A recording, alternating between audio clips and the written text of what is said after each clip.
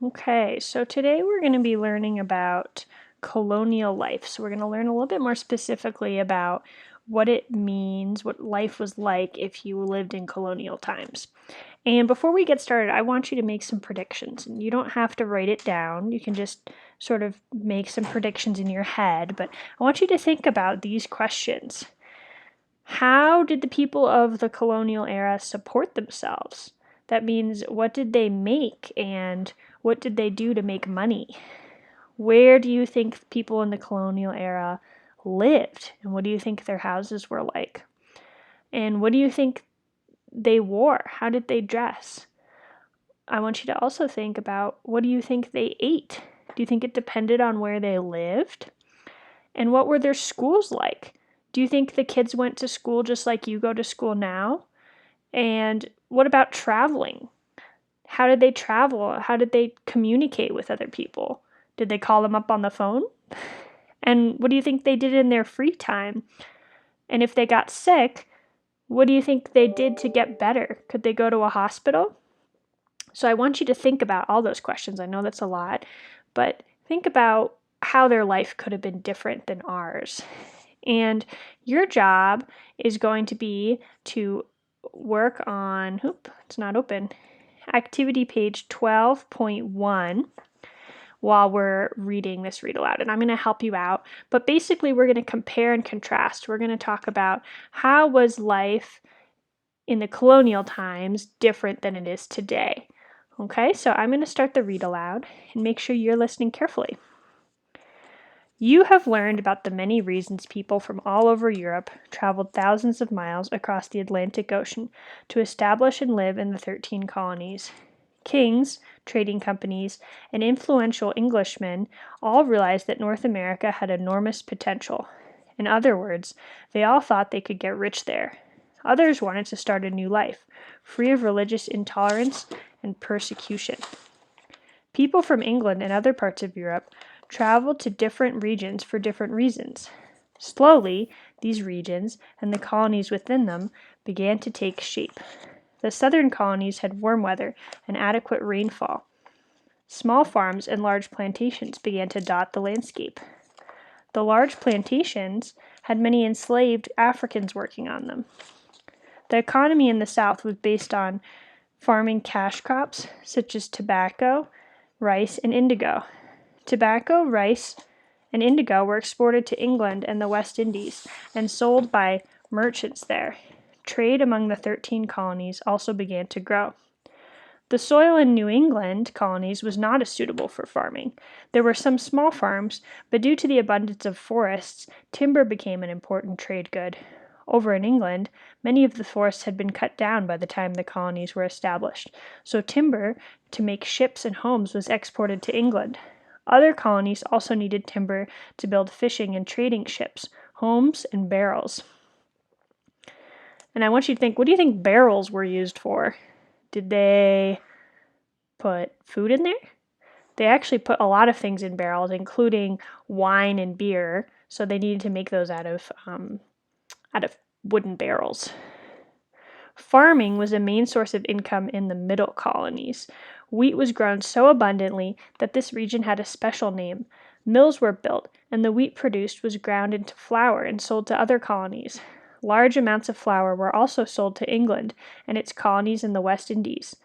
Settlers from around the world came to this region, resulting in a wide variety of cultures within the middle colonies.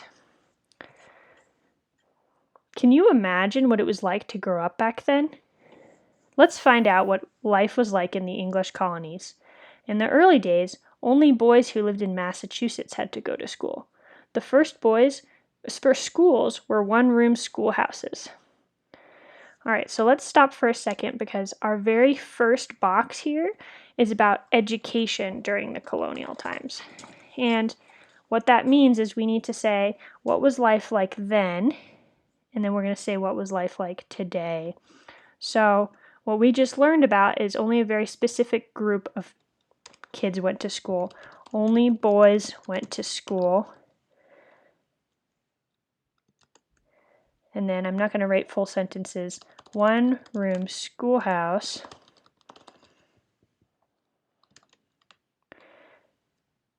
And they learned, well, actually, we haven't gotten to this part, so I'll come back to this, but this is what we know so far. Boys of different ages learned reading, writing, and math. Sometimes the older boys helped to teach the younger ones. In 1647, a law was passed in Massachusetts that required every town with 50 or more families to support an elementary school.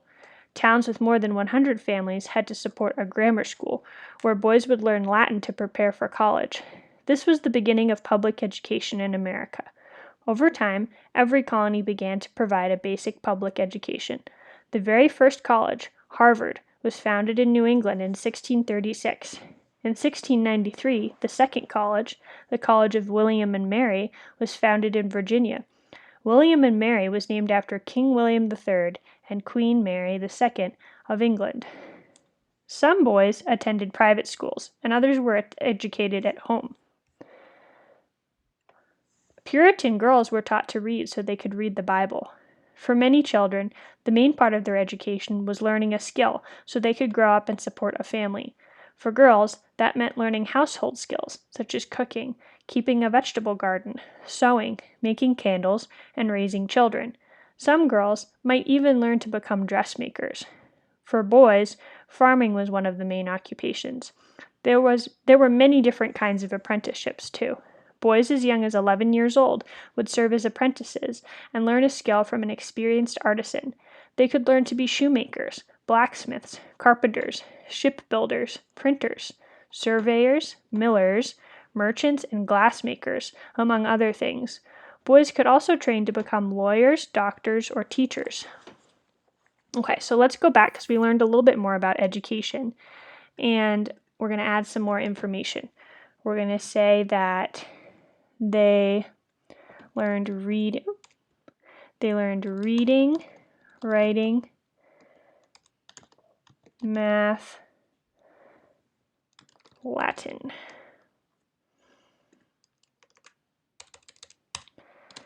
I'm just making sentences that are not full sentences because we need space.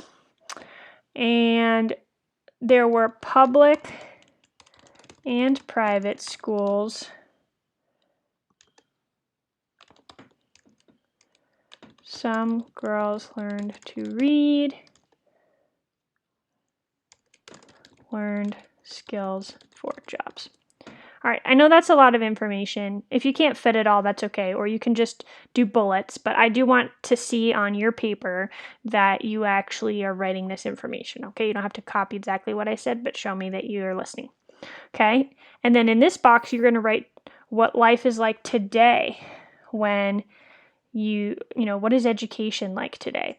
I'm not going to write everything, but I'm going to start by suggesting that you write everybody goes to school, not just boys. Okay?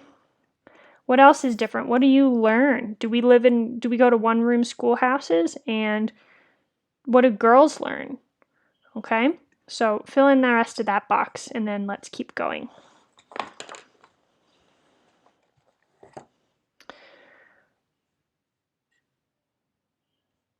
Boys would often leave home at the age of 11 and go to live as apprentices with the skilled artisans who were training them. Their workday was usually about 12 hours long.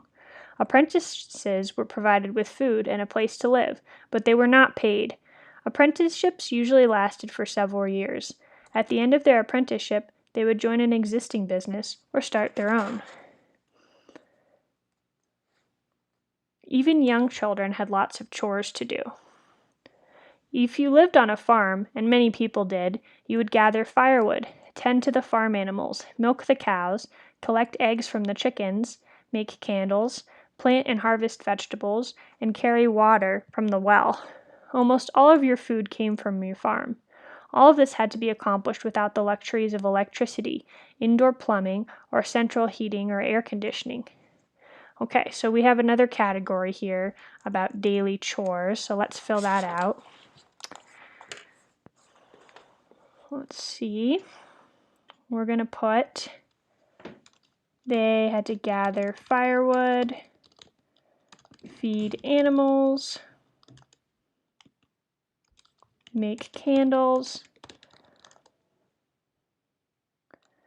plant and harvest food. I'm not listing everything, but I'm listing some of the things. Plus, plant and harvest food, carry water from the well. Okay, now you tell me what your daily chores are. I doubt that they're the same as the kids from then. Do you have to carry water from a well? I hope not. So tell me what your daily chores are in this box.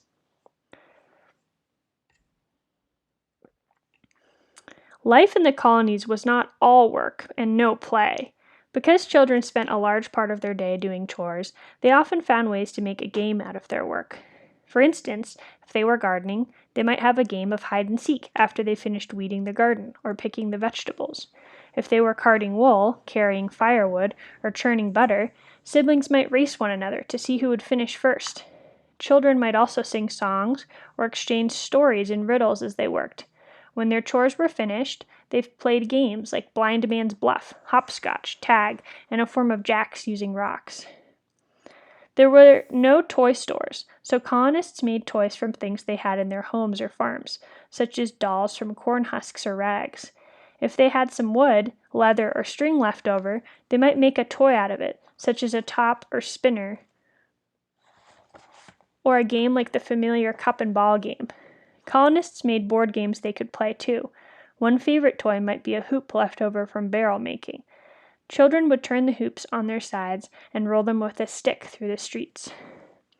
Okay, so let's go back to our compare and contrast. Let's write down what we just learned about play. What did the colonists do to play? They played hide and seek.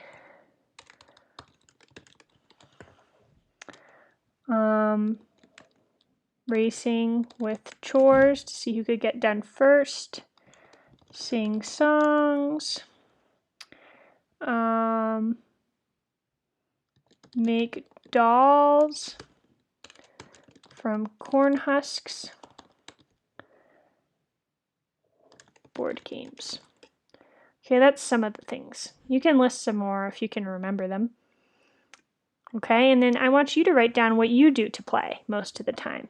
Don't just write one thing, but write more than one thing, because I know you do more than one thing when you play. Okay, let's keep listening.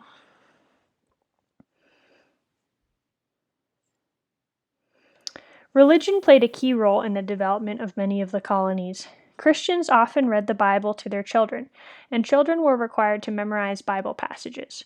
For Christians in New England, attending church was the most important thing they did. In fact, if you were a Puritan, it was compulsory. Now, compulsory, just in case you don't know, means it's required. You had to go to church. Puritans worshipped in a meeting house. Sermons could last for several hours. If you fell asleep during the service, there was sometimes someone assigned to wake you up. That person had a long pole with feathers on one end. If someone fell asleep, he tickled the sleeper's chin with the feathers. As you learned, in the early days of the colonies, most people produced the food they ate. Corn was a very important crop to the colonists, as it was to many Native Americans. Colonists used corn in a variety of ways. There was cornbread, corn cake, boiled and fried corn, corn soup, and corn on the cob. Besides farming, some colonists also hunted and fished. The colonists learned to harvest regional fruits and berries, and they used them in their cooking for seasoning and pies. Apparently, colonists had a very sweet tooth. Historians have recorded stories about how colonists loved hard candies, pies, and puddings. So that might be good, but don't forget back then, colonists didn't have dentists. So if you ate a lot of sugar, then you would have to get your teeth pulled out because you would have too many cavities. So actually, I think someone told us this fact earlier on in the year, but George Washington lost all of his teeth, maybe because he had too much sugar. Okay, so let's go back. Do we need to fill in? No, we're not there yet. Sorry. We're going to keep reading. As the colonies grew in size, towns became large cities. Boston, New York, Philadelphia, and Charlestown became the largest. The architectural style of each region often imitated or copied the European countries where many of the colonists originated. There were many red brick, English-style homes in New England. Dutch-style wooden houses with sloping roofs in the Middle Atlantic, and French-style farmhouses with wide porches and French doors in the southern region. In addition, Charlestown architecture had a Caribbean influence because many settlers arrived there from the English island of Barbados in the Caribbean Sea. The streets of these towns and cities became busy with horses, wagons, and people. Not everyone worked as a farmer, artisan, or apprentice.